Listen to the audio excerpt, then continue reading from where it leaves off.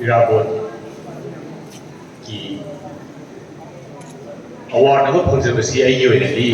Manipur da ihan harba phangzabe award ni aduna adugi yamna nungaiba phangzabse adumapu ngasi ayukta aina hogatsarakpada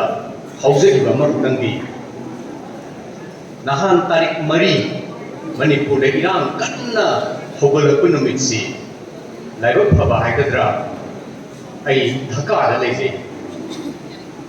Dhaka da Asia Pacific ki oina hate speech ki matangda report ama release tawbagi Liberation War Museum in Dhaka ki Liberation War Museum da program ama yaujai maduda Liberation War Museum ki manager si Silet ki maitai masa amoirami magi maming si apagi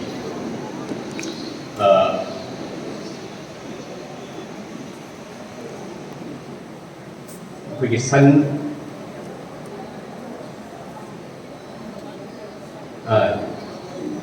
yen sembam Chandrajit edana mana Silet ki oirambuda program da thengna badagi wari sum sana badagi Jananita Irabot ki school chalusi hedana ibani se magi school apagi Pogo school hai aduga Sankari Bazar da Old Dhaka da like school says da chalusi ni ibani chalaga bai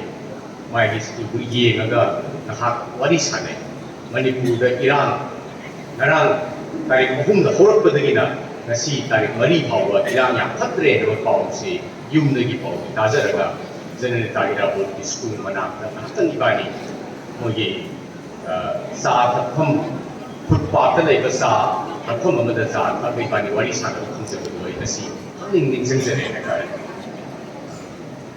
Neta Irabot na uramba Manipur amadi Purbanchal semakani haibada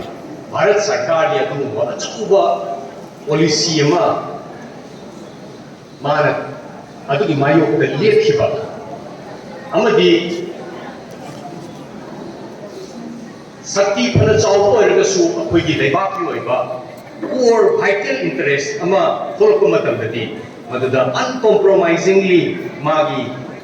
thamoi dagi tholakpa tasengba taru wakhalonduna lepkiba hujiki na haki topsan na ba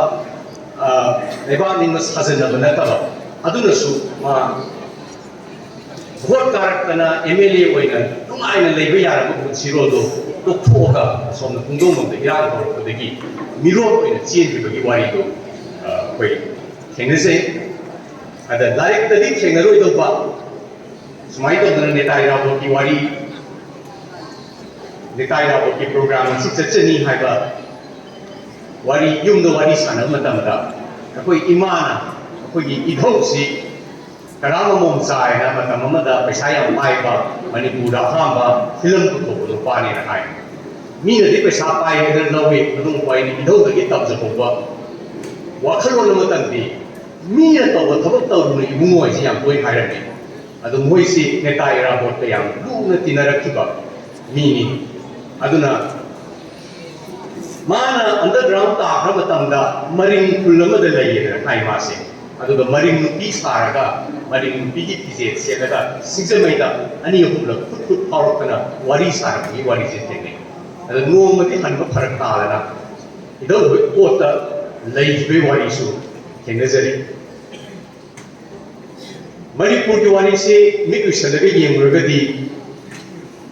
isak people lam sunina adum loina mari loina samnaba adum leibak amani adumapu 1947 na Irabot na thengniba challenge do ngasi 2023 da su akoi madugi challenge do karima ta dana mawong dorpadani ada maduda Neta Irabot ki wakhlon sab kuchuda pije chakchada amang sengda khaidaba adumapu lamdam sigi yelhumi amoina yelam sigi sida poksaba sida chawjaba masigi laihau lainam sigi marakta ꯀꯣꯟꯅ ꯊꯣꯏꯅ ꯆꯥꯎꯖꯕ ꯃꯤꯑꯣꯏ ꯑꯃꯃꯝꯅ ꯑꯩꯈꯣꯏ ꯉꯁꯤ ꯑꯃꯨꯛ ꯅꯧꯍꯧꯅꯅ ꯏꯔꯥꯕꯣꯠꯅ ꯊꯝꯕꯤꯔꯝꯕ ꯚꯤꯖꯟꯗꯨ ꯊꯃꯣꯏ ꯁꯦꯡꯅ ꯄꯨꯛꯅꯤꯡꯗꯒꯤ ꯑꯩꯈꯣꯏ ꯆꯤꯡꯊꯣꯛꯑꯒ ꯃꯗꯨꯒꯤ ꯄꯥꯟꯗꯝꯗꯨꯗ ꯏꯔꯥꯕꯣꯠꯀꯤ ꯚꯤꯖꯟꯗꯨꯗ ꯋꯥꯛꯄꯩ ꯇꯧꯃꯤꯟꯅꯕ ꯗꯔꯀꯥꯔ ꯑꯣꯏ ꯍꯥꯏꯕ ꯋꯥꯐꯝꯁꯤ ꯊꯝꯖꯒꯦ ꯑꯃꯗꯤ ꯉꯁꯤꯒꯤ ꯄ꯭ꯔꯣꯒ꯭ꯔꯥꯝꯁꯤꯗ ꯁꯨꯃꯥꯏꯅ ꯇꯧꯗꯅ ꯀꯥꯆꯤꯟ ꯀꯣꯏꯌꯥ ꯀꯌꯥꯗ ꯑꯩꯒꯤ ꯑꯉꯝꯕ ꯊꯥꯛꯇ ꯋꯥꯅ ꯍꯣꯠꯅꯖꯔꯤꯕ ꯃꯌꯥꯝꯁꯤꯕꯨ ꯃꯌꯥꯝ ꯃꯃꯥꯡꯗ ꯁꯨꯃꯥꯏꯅ ꯄꯨꯊꯣꯛꯇꯅ ꯃꯗꯨꯒꯤ ꯑꯃꯨꯛ ꯍꯟꯅ ꯑꯩꯈꯣꯏꯒꯤ ꯃꯒꯨꯟ ꯍꯥꯞꯄꯤꯕ ꯑꯃꯗꯤ ꯄꯨꯝꯅꯃꯛꯄꯨ ꯁꯛꯇꯤ ꯍꯥꯞꯄꯤꯕ ꯑꯃꯗꯤ ꯑꯃꯨꯛ ꯍꯟꯅ ꯏꯔꯥꯕꯣꯠꯀꯤ ꯚꯤꯖꯟꯁꯤꯕꯨ ꯑꯩꯈꯣꯏ ꯃꯌꯥꯝ ꯎꯃꯤꯟꯅꯕ ꯐꯪꯍꯟꯕꯒꯤꯗꯃꯛꯇ ꯉꯁꯤꯒꯤ ꯁꯤꯟꯕꯤ ꯂꯥꯡꯕꯤꯔꯤꯕ ꯑꯍꯜ ꯂꯃꯟꯁꯤꯡ ꯂꯥꯏꯕꯨ ꯏꯄꯥ ꯏꯄꯨ ꯚꯤꯖꯅꯔꯤ ꯃꯅꯤꯄꯨꯔꯕꯨ ꯀꯟꯕꯤꯒꯗꯧꯔꯤꯕ ꯁꯤꯒꯨꯝꯕ ꯏꯄꯥ ꯏꯄꯨ ꯏꯃꯥ ꯏꯕꯦꯜ ꯄꯨꯝꯅꯃꯛꯄꯨꯁꯨ ꯑꯩꯈꯣꯏ ꯏꯊꯥꯅꯨꯡꯗ ꯆꯦꯠꯅ ꯈꯨꯔꯨꯝꯖꯔꯒ ꯃꯇꯥꯡ ꯁ꯭ꯋꯥꯏꯗ ꯁꯨꯝ ꯇꯦꯟꯁꯤꯟꯖꯒꯦ.